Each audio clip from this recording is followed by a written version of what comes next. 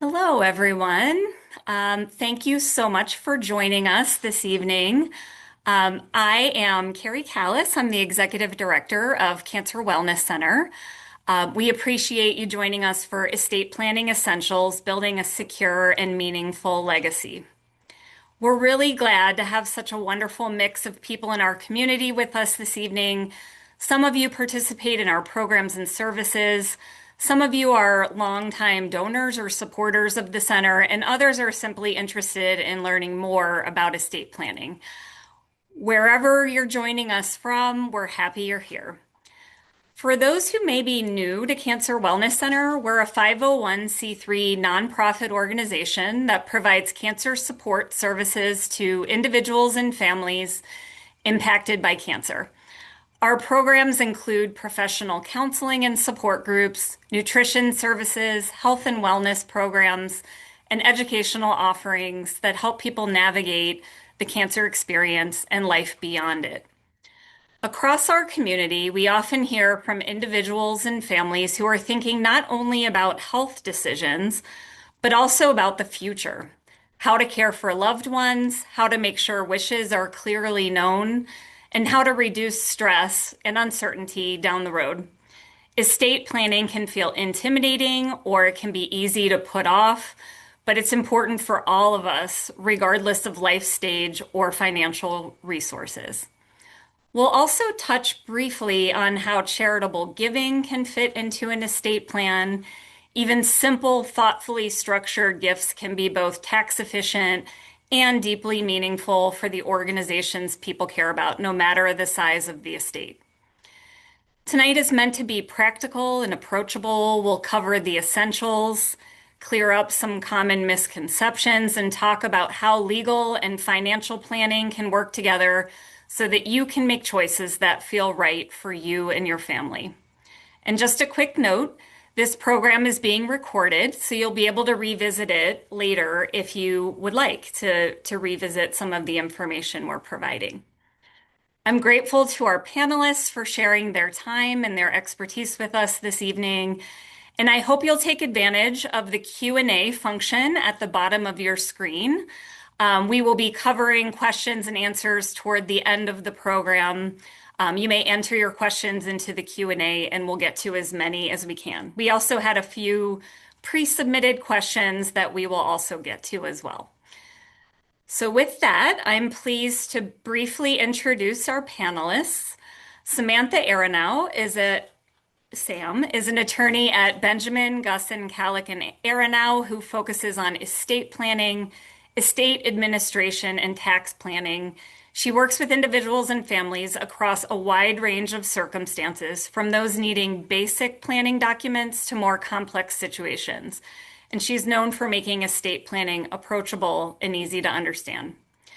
Chris Clarkson is joining us as well this evening. He is National Director at Bernstein Private Wealth Management and brings more than 30 years of experience working with individuals, families, and nonprofit organizations.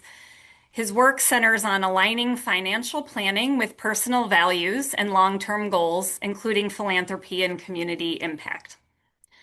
Art Mollenhauer brings both professional and personal perspective as a philanthropist and executive leadership leader in both the corporate and nonprofit sectors, and he is a former board member of Cancer Wellness Center. He's deeply engaged in mentoring and supporting nonprofit organizations and offers a grounded, real-world view on planning, legacy, and community impact. To help ground us in the essentials, we're going to start with the legal foundation. Sam works with individuals and families at all stages of life and often during moments when these decisions feel especially urgent or emotional. Sam, thank you for setting the stage for us. We will turn it over to you. Thank you very much, Carrie. I appreciate you having me here, and thank you all for attending today. As Carrie mentioned, I'm a trust and estates attorney with Benjamin, Gussin, Kallick, Erlich, and Aronow. It's a mouthful here in Northbrook, so we are local for many of you. I was asked today to speak on the importance of estate planning, but this conversation is meant to be not technical, supportive, and empowering. We recognize that participants and or loved ones may be navigating illness or caregiving or loss. And my goal personally is to make estate planning feel approachable and centered on care at any stage. Um, Generally speaking, when I say estate planning, I don't just mean having a will prepared. I mean naming people to assist you if you need help, controlling where your assets may go, reducing costs, creating efficiencies, and overall just protecting yourselves and those who you love. So let's get started. Michelle, you can go to the next slide. Perfect. Thank you. So why everyone needs an estate plan, and I mean everyone. It does not matter what assets you have.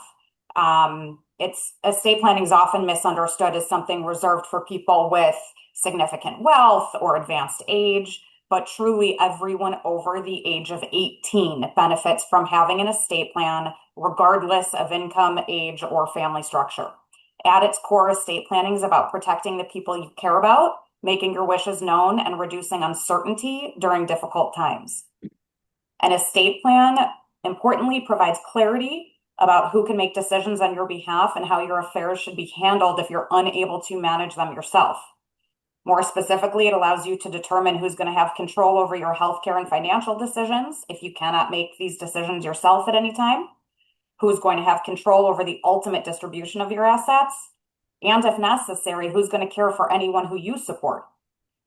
Planning for all of this now can avoid a great deal of unnecessary cost, time, and hassle, including avoiding probate, avoiding having the state or courts decide for you where your assets go, avoiding disputes amongst loved ones, and other default laws that don't reflect your wishes, values, or relationships. For individuals facing serious illness, the importance of an estate plan can become immediately clear. Medical emergencies or treatment-related complications can arise unexpectedly, and having documents in place ensures that trusted people can step in seamlessly. This reduces stress not only for the individual, but also for loved ones who might otherwise struggle with uncertainty or conflict during emotionally charged times. Ultimately, an estate plan is less about anticipating worst-case scenarios and more about exercising agency. It allows people to make thoughtful decisions on their own terms rather than leaving loved ones to guess or navigate the complex systems. Moving on, how do we get started? It doesn't mean having all the answers right away or making all of your decisions at once. I cannot tell you how many clients tell me that they have waited years and years and years to have any documents done because they don't know who to name as guardian or one item that comprises a whole list of decisions. You don't need to decide it all right away. A simple way to get started is by taking an inventory of what matters most. First, of course, an inventory of your assets, but not only financial assets, real estate accounts, retirement and non-retirement accounts, and also your personal tangible property and digital assets. But then also that inventory should include identifying trusted individuals who could step in to make healthcare or financial decisions if needed. Who are these trusted individuals? We can talk a little more about that later, but essentially, a trusted individual is someone who knows how and where to ask for help. Additionally, you can clarify your goals, which may be supporting others, protecting family members, minimizing estate or income tax exposure, or charitable giving. Then you can work with an attorney and financial advisor to achieve all of those objectives. But it's also extremely important to keep in mind that estate plans are not static documents. They're designed to evolve along with you and changes in life. Starting with a basic plan allows you to create a foundation that can be adjusted as circumstances change, as there are shifts in health, family structure, or finances. This approach is especially important for a community that includes people at different income levels and life stages. Whether someone's newly independent, raising a family, approaching retirement, navigating illness, estate planning can be designed to meet your needs at the moment and change along with you. Finally, it's extremely important to approach estate planning without judgment or pressure. There's no right timeline or perfect plan. Just beginning the conversation is a powerful step. All right, let's move on to the key, just generally speaking, the key legal documents everyone should have so you can speak for yourselves and someone else does not have to speak for you if you cannot. A well-rounded estate plan is built on a small set of core legal documents that work together to provide clarity, authority, and protection. First and foremost is a will, as most people think estate planning is. A will is a document that outlines how your assets and personal belongings should be distributed after you pass away, and it can name guardians for minor children if necessary. While a will is essential, it's only one small part of a much broader planning framework, and it doesn't address many situations that can arise during a person's lifetime. And most notably, a will does not avoid probate. It in fact often requires that probate be recognized it in fact often requires probate in order to be adequately recognized if that is the only document in a plan. Next is a revocable trust, which works alongside with a will. And a revocable trust, often thought incorrectly to not be necessary for people below a certain asset threshold, is actually beneficial for everyone. It can, yes, help reduce tax exposure, but it also helps to name someone to manage your assets upon incapacity, to avoid probate, to keep your wishes private, unlike a will, which is a public document, and control the management of assets for minor children or beneficiaries with special or other unique needs. It offers control, protection, cost savings, and efficiency, and a seamless transition for your successors. We'll talk about that in a minute a little bit more. Then the third document is a healthcare power of attorney or advance directive. Healthcare related documents are extremely important and unrelated to your assets. A healthcare power of attorney allows you to name someone you trust to make medical decisions on your behalf if you're unable to do so, and can also, in Illinois, serve as a HIPAA authorization. An advanced healthcare directive or other medical order may also complement this by documenting your preferences around treatment, life-sustaining measures, and end-of-life care, and that is a medical order. Together, these documents help ensure that medical decisions reflect your values and reduce uncertainty for loved ones and healthcare providers. Then the fourth document, there should be a fourth bullet point there, is a financial power of attorney. Financial powers of attorney serve a similar purpose as the healthcare, but of course for non-medical matters. This document authorizes another trusted individual to manage financial responsibilities like paying your bills, accessing accounts not titled in the name of a trust, handling insurance matters, or signing income tax returns if the individual is incapacitated. Without this authority, even close family members may face significant obstacles when trying to manage urgent financial tasks during a health crisis. What makes these documents powerful is not their complexity, but their clarity. They don't need to be 30, 40, 50 pages long, but they do provide guidance at moments when communication may be difficult or impossible. Having them in place is an act of foresight and care that benefits people across income levels and life stages. And importantly, these documents, which as a whole cover just about every scenario, can often be created in straightforward, affordable ways, making them accessible tools rather than intimidating legal hurdles. To speak a little bit more on trusts. Again, revocable trusts are not just for someone with a certain amount of assets. In reality, they can serve practical, compassionate purposes for people across a wide range of financial situations. Generally, a trust is a legal arrangement that allows assets to be managed and distributed according to specific instructions, often providing flexibility and control beyond what a will alone can offer. For many families, trusts are actually less about wealth preservation and more about care, coordination, and just peace of mind. One common benefit of trusts is the ability to actually avoid probate, which can be time consuming, costly, and public. By placing assets in a trust, which means just simply retitling them, families may experience a smoother transition during already difficult periods. Sometimes probate can be helpful to discharge debt, including medical debt, if it does need to be negotiated. However, a trust allows you to make this decision and not be forced into anything unnecessary.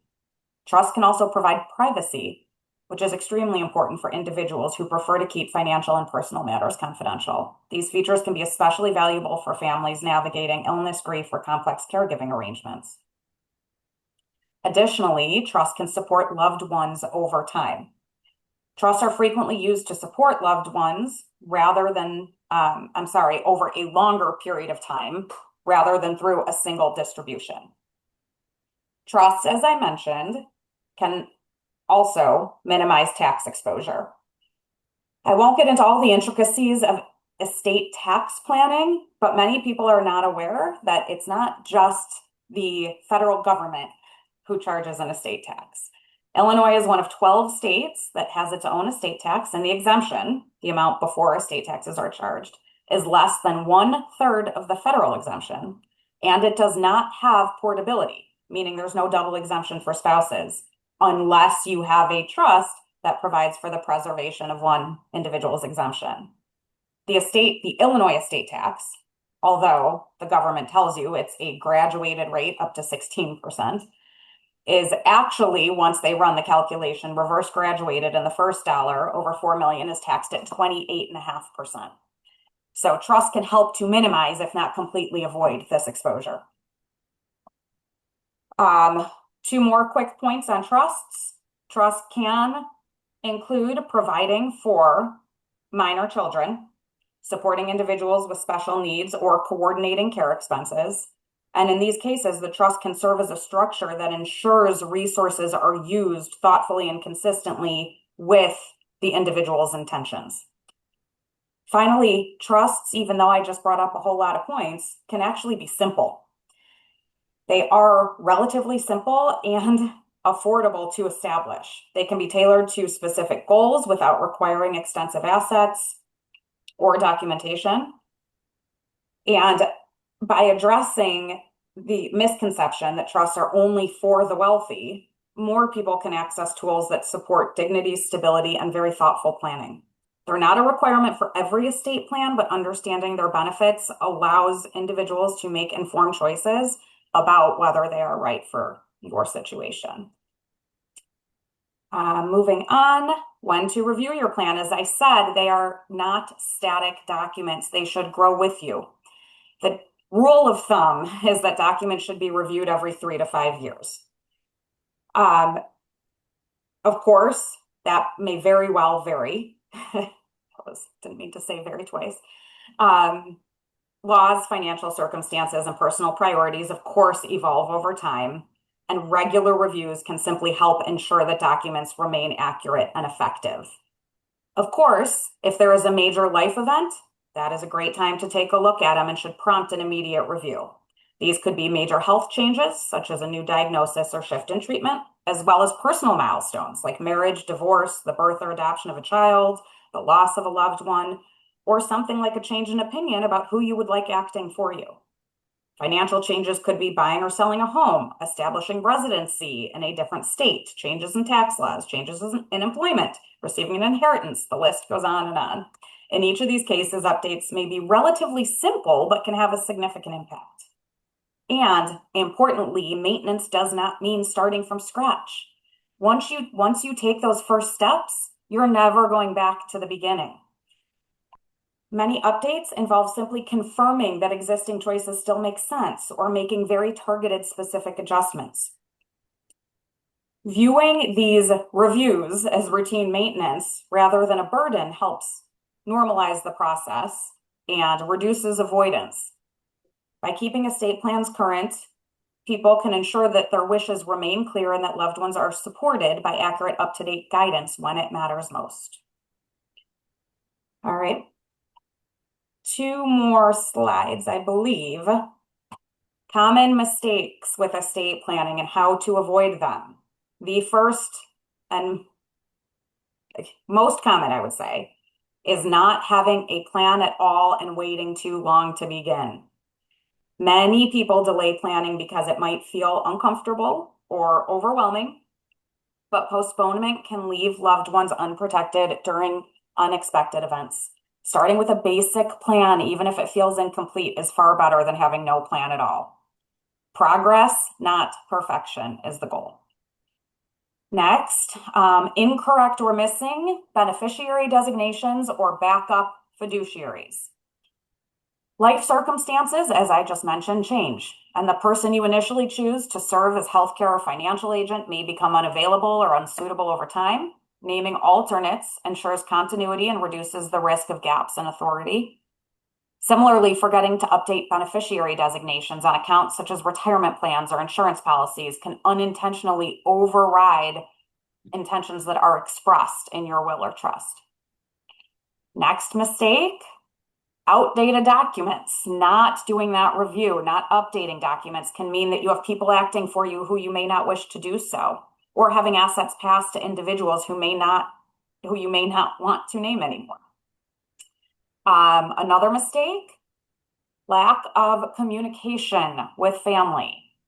Even well-crafted documents can cause confusion if loved ones are unaware of their existence or unclear about your wishes.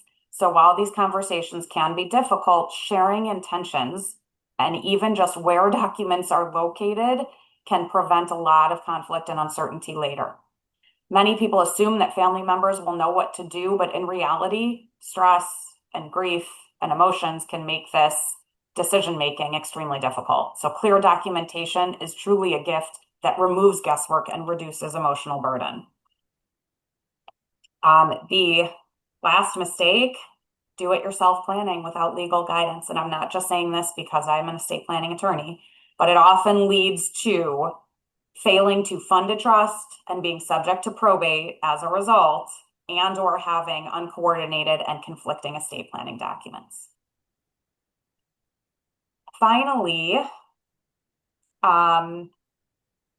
charitable planning options at any given level. Wills and trusts permit you to easily, very easily make charitable gifts, and it allows you to reflect your values and life experiences easily within your estate plan, regardless of financial capacity. For many people connected to the cancer community, charitable giving is deeply personal, rooted in gratitude, remembrance, or a desire to make the journey easier for others. As I mentioned, there are options at every given level. Charitable gifts are not limited to large donations.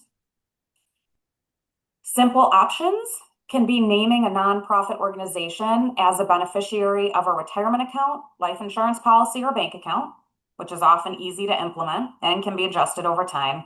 Or you can leave a simple charitable bequest in a will or trust, which allows you to specify a dollar amount or percentage of your estate, which is a very, very easy option to include in your documents.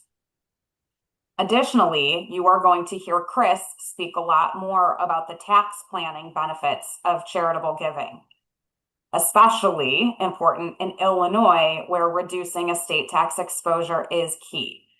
He will discuss intermediate strategies such as donor advised funds, which you can set up very easily with a financial advisor.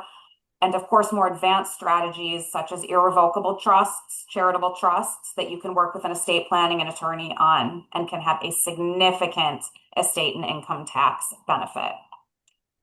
But most importantly, charitable planning can provide emotional benefits. Many people find comfort in knowing that their legacy will contribute to research, care, education, or support services that align with their values. For those affected by illness, this can be a powerful way to create meaning and continuity beyond their own experience. It should never feel obligatory or pressured. It's just an invitation, not an expectation. But as I mentioned, documents are flexible, and charitable planning becomes a way for individuals to express what matters most at their own pace and in their own way. For me, my wrap up, did I have another slide or no? Okay, then I will end on that note. Thank you. Thank you, Sam. What you've just walked us through really highlights how much of estate planning is about having the right structure in place. Thank you for making it so accessible and understandable. Once that foundation exists, many people begin to think about how their financial decisions and potentially their generosity fit into their larger values and legacy. Chris Clarkson brings a financial planning perspective to this conversation, particularly around thoughtful tax strategies and charitable planning that can work alongside an estate plan. Chris will share how people can give in ways that are flexible, values driven, and often a lot simpler than they expect. Chris, we're glad you're here. Please go ahead. Yeah, thank you, Carrie. And if we could bring up my displays. On behalf of my partner, Bruce, I wanted to say thank you to the Cancer Wellness Center and thank you to all of you that are listening this evening for sharing your time with us. If you are passionate about the Cancer Wellness Center, you'd like to support it or any other great charitable organizations, I wanted to share some ideas on how you can make sure you're getting the most bang for your buck from a tax perspective with contributions that you might make during your lifetime or down the road after you're gone. So let's start with a little bit of last year's tax legislation. Talking about taxes can be a little bit like telling you to eat your broccoli and your cauliflower, but let me spend just a couple of minutes telling you to eat your vegetables. Um, the tax law impacted different taxpayers in different ways. And I'll distinguish first between taxpayers who, on their tax returns, take the standard deduction. That means when you add up all of your state income taxes, property taxes, mortgage interest, charitable gifts, etc., that's less than the standard deduction of about $16,000 per person or $32,000 per married couple. Well, for those folks that take the standard deduction, there was actually a wonderful new benefit in last year's tax legislation. Last year, if you made a charitable gift but used the standard deduction, it actually did not reduce your income taxes. It really got swallowed in to that standard deduction. But now, starting this year, you have the opportunity to make a charitable gift and really get two deductions. Not only get to take your full standard deduction, but also get to deduct up to $1,000 for a single filer or $2,000 for a married joint filing couple. So I would encourage everybody, to the extent that you'd like to support, make use of that additional $1,000 or $2,000 deduction.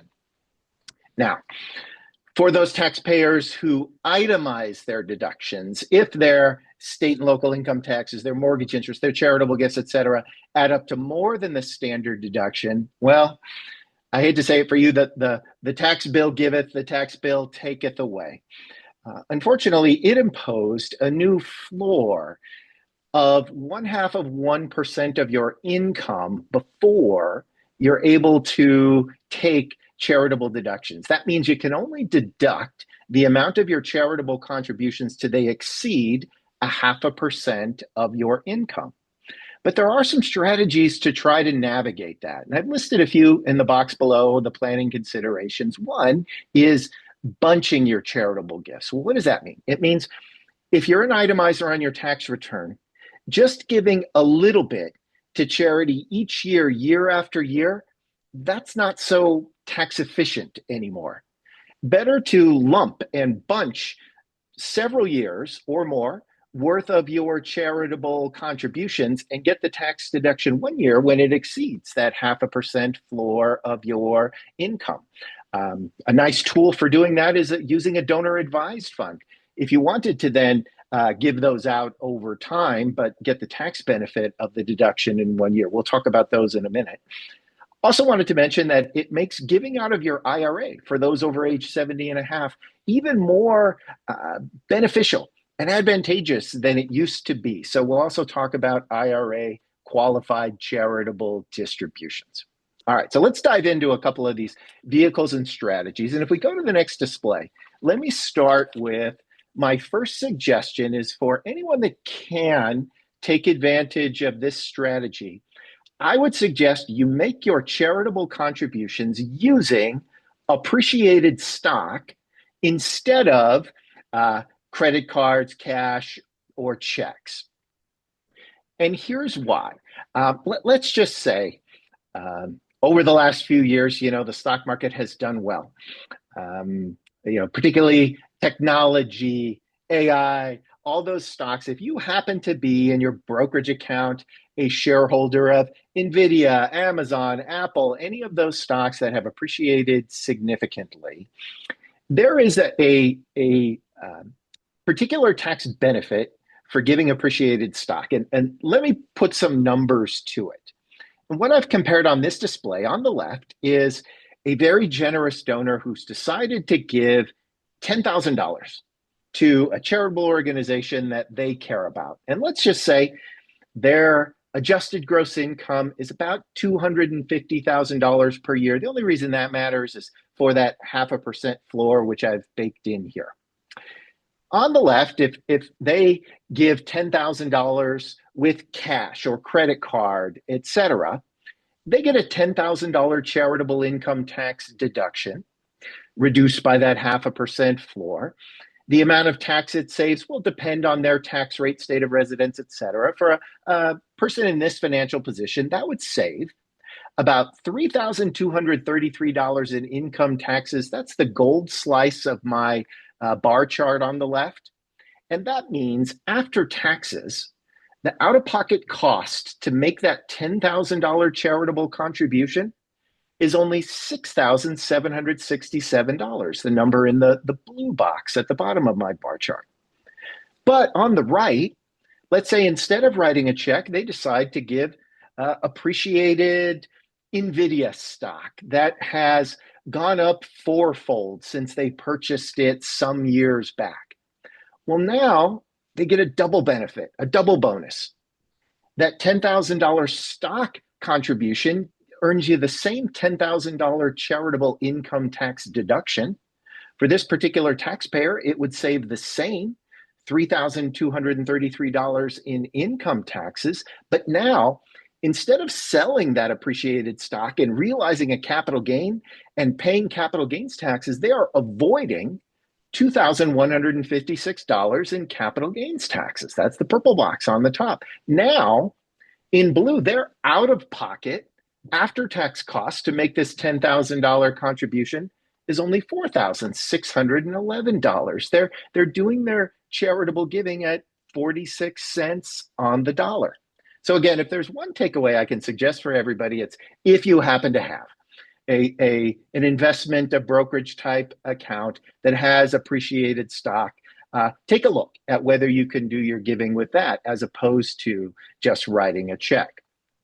Now, if you're supporting numerous charitable organizations, it can be a little burdensome to send stock to a bunch of different organizations. So let's talk about the next strategy on the next slide, which makes this so much easier, the donor advised fund.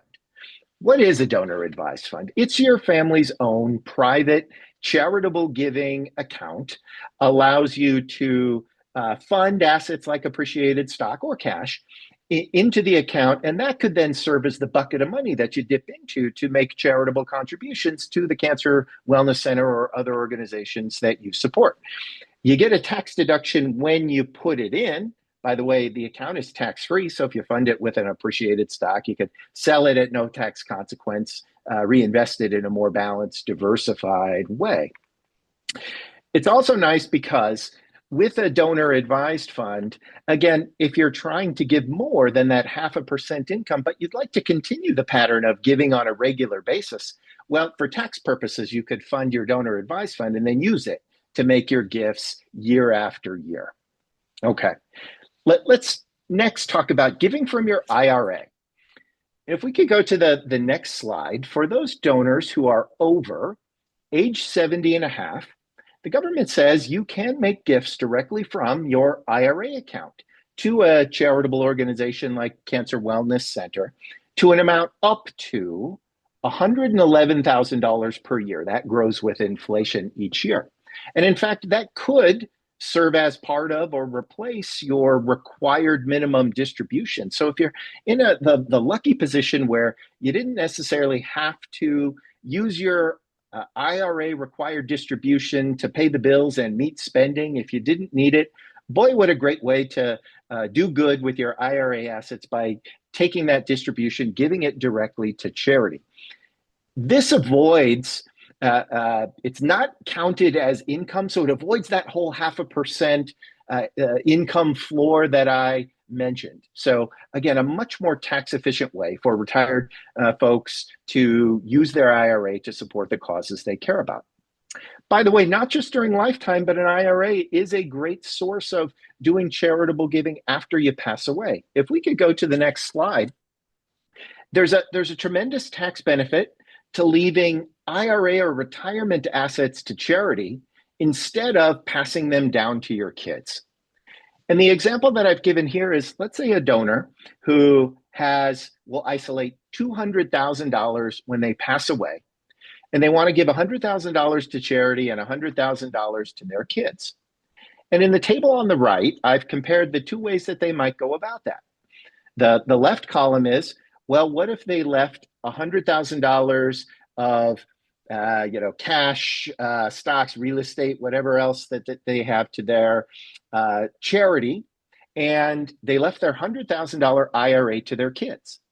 Well, the problem with that strategy is that $100,000 IRA, well, it's taxable when the kids take the money out of the IRA.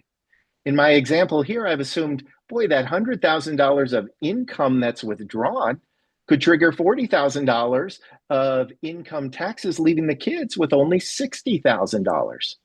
So there's a much better way. And the way is, well, leave the IRA to charity, who won't pay any tax on the withdrawal. They'll get the full 100,000, and leave assets like cash, stocks, real estate, what you have to your kids, where it gets a step up in basis, and they'll pay no taxes when they ultimately liquidate and spend those assets. So again, leaving retirement assets to charity is a great planning strategy, and you can do it just by changing your designated beneficiary forms. One last strategy I'll mention, although, you know what, probably don't have time to cover it in great detail, but I'll just describe a little of what it is and who it's right for. A charitable remainder trust is a great thing for probably a donor that is a little bit wealthier and has an asset like a significant holding in a highly appreciated stock, or maybe a piece of real estate that has appreciated. And boy, they would love to get more income out of this asset. But if you were to sell it, the taxes that you'd have to pay in, so that's prevented you from selling that asset. And in terms of charity, yeah, down the road, you probably thought, maybe I'll leave something in my estate plan to go to a charitable cause that I might care about. Well, if that happens to sound like anything like your situation, a charitable remainder trust might be right for you. And if we go to the next slide quickly, this is a strategy that allows you to contribute appreciated asset to a trust which Samantha could draw up for you. You'd get a charitable income tax deduction for a portion of the value of that asset. The trust is tax exempt, so that asset could be sold tax-free, reinvested in a more diversified way. And then each year, you get something back. You get a distribution from this trust, a payout equal to a percentage of the market value each year. Now, that distribution is going to incur some taxes. You're mostly going to have to pay long-term capital gains taxes on that distribution. So instead of paying all those taxes up front, you're deferring and spreading them over a lifetime of distributions. Ultimately, accumulate those for long enough, you have more in your pocket than if you just sold the asset and paid the tax up front. And then when you pass away, or often if it's a married couple, when the later of the two of you passes away, whatever's left will go to the charity or charities, or even a donor advised fund, whatever the charitable entities that you'd like to name, they would be the recipients of that trust after you're gone. So this is a great way to sell a highly appreciated asset like stock or real estate in a tax efficient way, generate more income for you for the rest of your life, and fulfill your charitable legacy aspirations after you're gone. And you know what, Michelle, I'm going to stop there because I've hit my time, and I'm going to turn it back to Carrie. Thank you, Chris. You've really helped us understand how estate and charitable planning can be thoughtful and flexible. And thank you for breaking down some of that confusing tax information. And tomorrow is tax day, so it's very timely too. To close out our panel conversation before the Q&A, we wanted to bring this discussion into a more personal, lived perspective. Art has gone through the estate planning process himself. He's spent time reflecting on what planning ahead really gives us, not just on paper, but in peace of mind and in legacy. So Art is going to share some personal reflections, and Art, thank you for being willing to share your experiences with our group tonight. So I'll turn it over to you, Art. Thanks, Carrie. I appreciate that. And thanks for inviting me. I always enjoy participating in these types of seminars because I definitely have learned a few things from both Samantha and Chris today. So thank you, Chris and Samantha, for your advice that you've given all of us. There's always some new strategies that are worth exploring.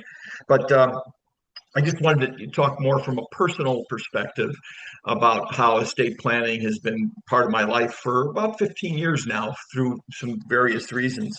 Some interesting things that I always try to remind people about estate planning is these numbers keep changing, and Chris may have updated numbers, but it's estimated that our generation, the baby boomers, are going to be passing $84 trillion.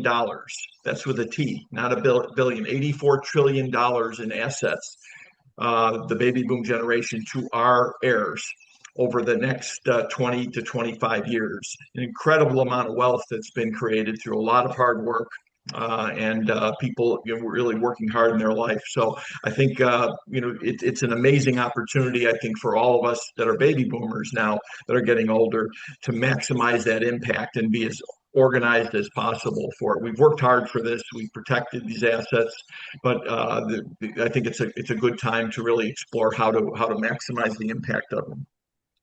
I think the other thing that my state attorney talked to me about initially was, for some reason, estate planning is one of those key fears that all of us have for some reason. We all fear getting bad news from a doctor about a terminal illness, but not too far behind some of those fears is clearly public speaking. None of us like to public speak. And estate planning. It's estimated that over almost 40% of the population almost fears going into estate planning, either because they don't think they need to do it, or they fear somehow it'll make things worse in their life. And I found it made many things better for me and gave me a lot of peace of mind going forward. So that's my general encouragement to all of you of kind of fight those trends and just realize that we all have assets and we all have plans that need to be put in place. One of the things Samantha mentioned, and I think I'll use the word gift, and I had an opportunity. There's really three gifts I want to talk about related to estate planning that I've received.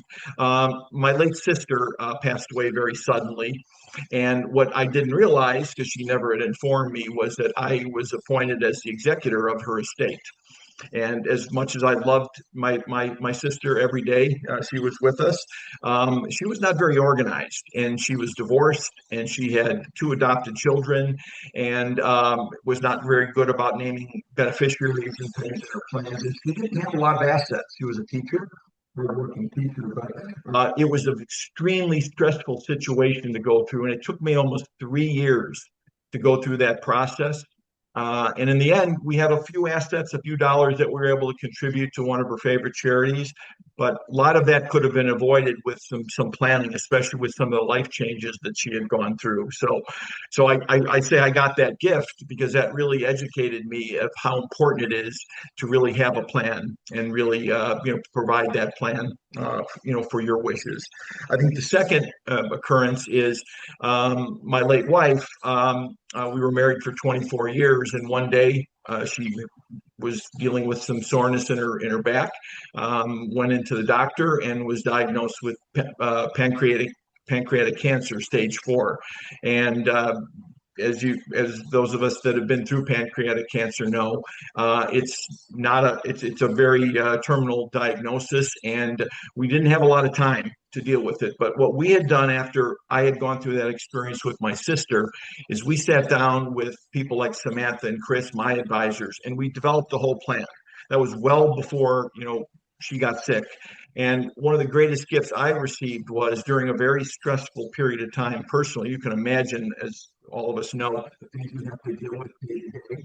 During that 42 days, I had a plan that talked all about medical decisions, heirs, titles of different things. And when my wife passed away, the estate was in very orderly fashion. It was very comforting to me that I was able to execute her wishes more than anything during that period of time. So that was caused because of the experience I had had with my sister's estate, that I decided we needed to get our affairs in order. So that was a great gift to me. And then the last gift is hopefully one I don't have to pass on for a while, but I have developed a whole estate plan. And what is important to me is that I can give that gift when my time comes to my executor, and my executor will have a nice orderly process in order to take care of all these things, including distributions to some of my favorite nonprofit and charitable organizations that I care for very much. So I talk about it in terms of gifts and how you can really avoid stress and avoid, get really some peace of mind of various situations. And you never know when these are going to happen. Life is strange sometimes going forward, but I feel better about having these things in place, and they're well worth the investment that you make to put them in place. The next topic I wanted to chat about was there's a great commercial. I must be watching the wrong channels because I see a lot of estate planning commercials on some of the networks I watch, but it's by Trust and Will. And what they have is a couple. They show a couple that's sitting on a deck, I think, watching a sunset and saying things like, when we pass on, besides taking care of our children, we would like to maybe do something for the environment.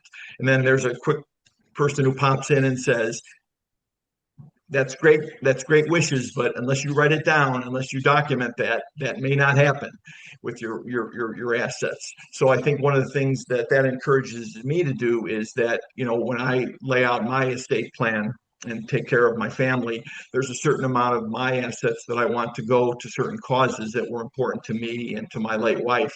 So we have laid those out very clearly. And we have a whole plan that we look at with my family every year and make sure that's in good state. So when my estate becomes due, that will be something that will be a gift to all those nonprofit organizations. And besides kind of writing that down, I've also taken the step of communicating that to those charities and giving them, the copies of documents to make it easier for them. And one of the reasons that's important to me was after my 25 years of a corporate career, I decided to try to run a nonprofit, and I ran Big Brothers Big Sisters of metropolitan Chicago for 10 years. And I think sometimes some of the nicest surprises we would receive is from either estate attorneys or asset advisors or family members that would inform us that somebody had left a legacy gift for us. And so to me, I've kind of preempted that in order and work with each of those organizations to make sure they're aware that they're in my plans and make sure that they know who my estate attorney is going forward. So I think that's to me something that gives me good peace of mind, that unlike that Trust and Will commercial, that I know if something ever happens, those dollars will go to the right places that really were important to me going forward. And I won't have to rely on my executor or other people to decide on that. So, and then the one thing I also do, I think Samantha mentioned, you should do this regularly, is once you spend the time, and if you have these plans in place, I kind of do it at the time of my annual physical every year. Is I sit down with my estate attorney and financial advisor, and we go through the plan and we make sure it's still current. Everything from who helps me with the medical decisions to my estate plan to some of my charitable contribution planning. and we go through that. So I think, it does take a little investment of time to do these things up front, but I basically have to spend, maybe an hour or two every year of updating these documents and making sure that, there's, again, I can give that gift to people that have been important to me in my life going forward. So again, I'll leave it with it's one of those great fears that we all have, that nobody wants to ever do public speaking or talk about estate planning, but it's one of the greatest gifts you can give to the whole world, actually. And I feel proud that my legacy will live on with some of the things that I've worked hard for over my life. And where that, I'll turn it over to Cancer Wellness team, Carrie, is I'm proud to say that I'm a estate partner with them going forward, and I would love to see my gift go to try to help people like my late wife as they deal with their cancer journey going forward. But it's worth the planning and the effort for me to do that. So thanks, Carrie.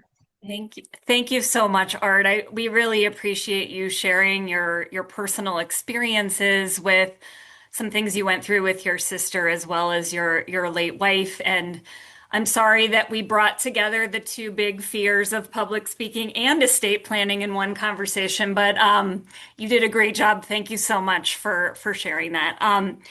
We do have a question that was submitted just now, and we have a couple of ones that were submitted by people who registered in advance. So we do have a couple of minutes left if our panel would be so kind as to hang with us a couple more minutes to do these. The one that was submitted today, are trusts state specific? In other words, if somebody changes states, do they get a new one? And I guess that's for Sam. Sure, I'll go ahead and answer that.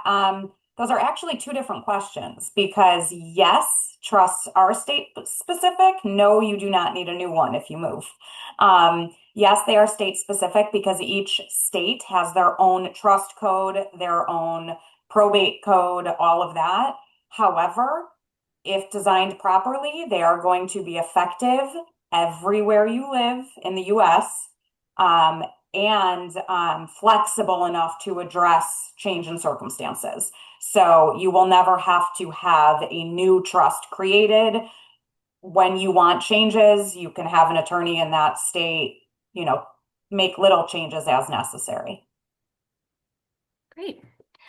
Another question was, how can someone avoid their heirs being affected by medical debt? That comes up pretty frequently. I'll handle that one too. Yeah.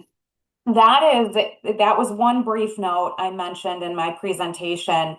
Depending on the type of debt and the amount and all of that, sometimes we actually do recommend probate. As much as people say, no, I need to avoid probate at all costs, it's not the worst thing in the world, because it gives the executor clear-cut authority to negotiate that debt and or discharge it if necessary. So there are many tools to allow someone to act for you as long as you have estate planning documents to elect that person. Great. Thank you. Next up here, is it always advisable to place your residential property in a trust, particularly if you don't have any family or children?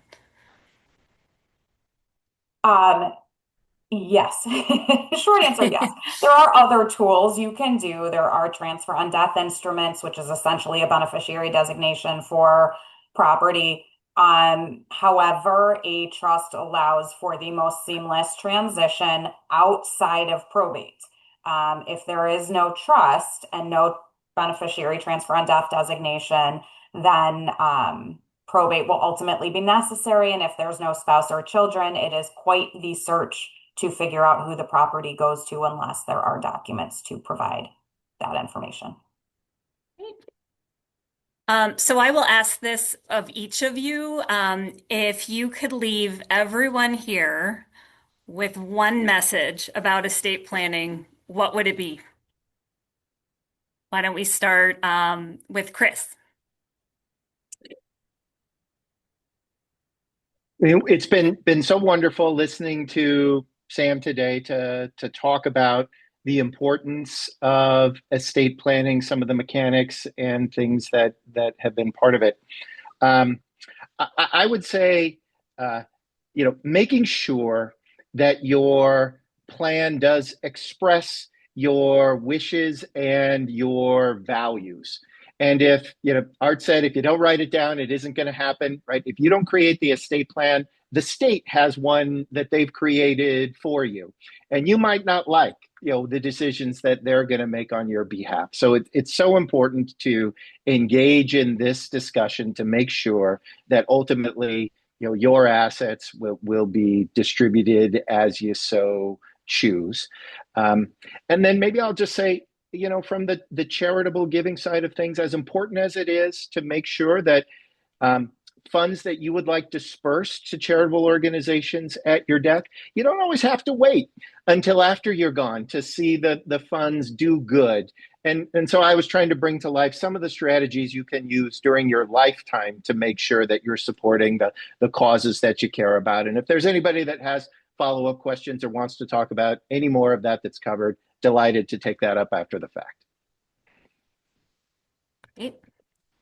Sam, what one message would you give? You gave many messages in your presentation, but Um, just don't wait. Um, that's it. I've seen all of the consequences of not having the documents in place, and not having your wishes done properly, documented properly. It is not good for anybody and anyone involved and anyone you care about. So just get Mhm. started. Okay. And Art, you also provided quite a bit of wisdom as well. Do you have one message to share with our audience today? Yeah, I would leave everyone with the word gift. And it's not the gift of money from an estate, it's the gift of taking the time to sit down and developing a good plan with advisors like Samantha and Chris. That is one of the greatest gifts you can provide to your family, to the organizations you've worked with, and it gives you such peace of mind. And as Samantha said, you never know in life. Life is strange, and I'm Yeah. sure everybody on the call has had some surprises, that were not planned for, and it doesn't make sense to procrastinate. And it gives you peace of mind. But it's a great gift you can provide to people. But the gift is working with good advisors that will help you develop the plan that's comprehensive and really provides a good roadmap for the future. Great. And I was planning to end there, but we had one more question come in that I thought we could quickly address. I think this is to you, Sam. This person said that they already have a will prepared by an attorney, but they'd like to convert it to a trust. Since they don't plan to use the same attorney, would this person need to start the process from scratch? So I can answer for myself and my approach. I use previous documents as guidance, and then determine the most efficient way to move on from there, whether it is restating something, amending something.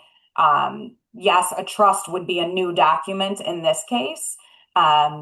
So I wouldn't necessarily call it starting from scratch when the will is used as guidance, but it's most efficient to then prepare some updated Yeah. documents or restate them. Okay, great. Well, thank you, first of all, to our panelists. We really appreciate your expertise and time tonight. As I mentioned at the beginning, this has been recorded, and we will be sure to send it to all of you to listen to pieces that you may have missed, or if you'd like to revisit it with your loved ones. We also will be sending a brief program evaluation via email.